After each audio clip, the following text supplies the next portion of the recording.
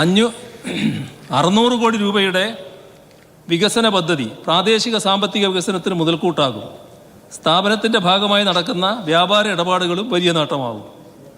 600 കോടി നിക്ഷേപമാണ് പദ്ധതിയിലൂടെ ലഭ്യമാകുന്നത്. പൂർണ്ണതോതിൽ പ്രവർത്തിക്കുന്നതോടെ 650 പേർക്ക് നേരിട്ടും 2000 പേർക്ക് പരോക്ഷമായും തൊഴിൽ ഉറപ്പാക്കാനാവും.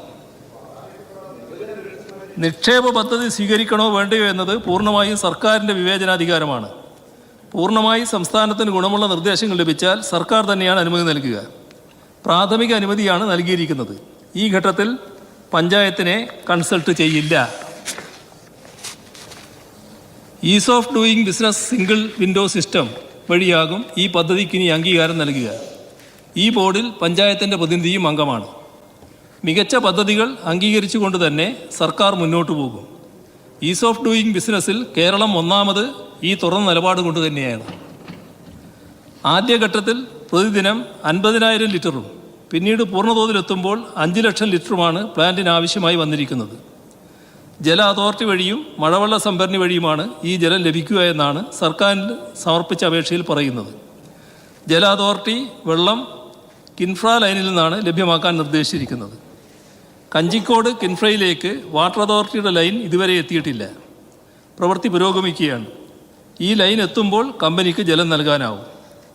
നിലവിൽ കിൻഫ്രയിൽ പ്രവർത്തിക്കുന്ന സ്ഥാപനങ്ങൾക്ക് മഴവെള്ള സംഭരണി വഴിയും മറ്റ് ജലസ്രോതസ്സുകൾ വഴിയും ലഭിക്കുന്ന ജലം വിതരണം ചെയ്യുന്നുണ്ട്.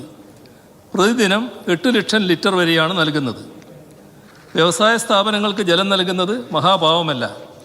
കുടിവെള്ളവും ജലസേചനവും ഉറപ്പാക്കി വ്യവസായത്തിനും വെള്ളം കൊടുക്കാം. കിൻഫ്രയിലേക്കുള്ള ലൈനിന് അംഗീകാരം കൊടുത്തത് 20/11/16 ഉമ്മൻചാണ്ടി സർക്കാരായിരുന്നു. 2011-16 ഉമ്മൻചാണ്ടി സർക്കാരായിരുന്നു. അതിൻ്റെ number GORT number 90/2015/WRD dated 31/1/2015. മനസ്സിലാവില്ല. ജവാൻ ഉൽപ്പാദിപ്പിക്കുന്ന മലബാർ ഡിസ്റ്റിലറിക്ക് വെള്ളം കൊടുക്കാൻ ജലസേചന വകുപ്പിന് കഴിയുന്നില്ല എന്ന ആരോപണം തെറ്റാണ്. മലബാർ ഡിസ്റ്റിലറിയിൽ ഏത് മദ്യം ഉൽപ്പാദിപ്പിക്കണമെന്നത് സംബന്ധിച്ച് സർക്കാർ അന്തിമ തീരുമാനമെടുത്തിട്ടില്ല. സാങ്കേതിക അനുമതി ഘട്ടത്തിലാണ് പദ്ധതി നിലവിലുള്ളത്. ജവാൻ ഉൽപ്പാദിപ്പിക്കുന്നത് തിരുവല്ല ട്രാവൻകൂർ ഷുഗേഴ്സിലാണ്. ഇവിടെ ജലദൗർലഭ്യം കൊണ്ട് ഒരു പ്രശ്നവും നിലവിലില്ല. ENAയുടെ ലഭ്യതക്കുറവ് മൂലമാണ് കുറച്ചു കാലം മുൻപ് ജവാൻ നിർമ്മാണത്തിന് തടസ്സം നേരിട്ടത്. ആ പ്രശ്നം ഉൾപ്പെടെ പരിഹരിക്കാനുള്ള നീക്കമാണ് സർക്കാർ ഇപ്പോൾ നടത്തുന്നത്. സീറോ ഡിസ്ചാർജ് യൂണിറ്റാണ് സ്ഥാപിക്കപ്പെടുന്നത്.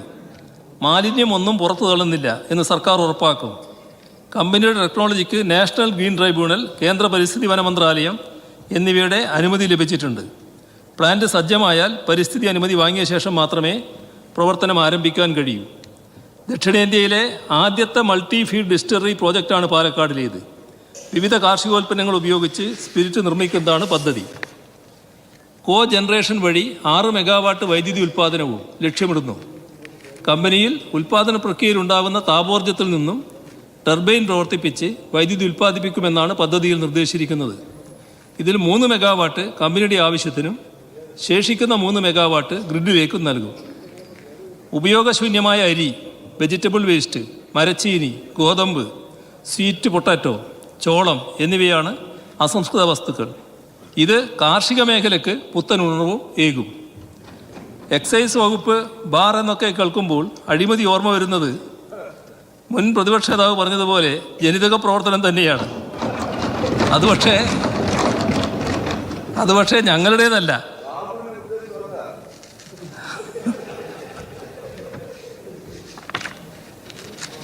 ഏതായാലും ആ പാഭാരം ഇങ്ങോട്ട് കെട്ടിവെക്കേണ്ടതില്ല എന്നാണ് പറയാനുള്ളത്.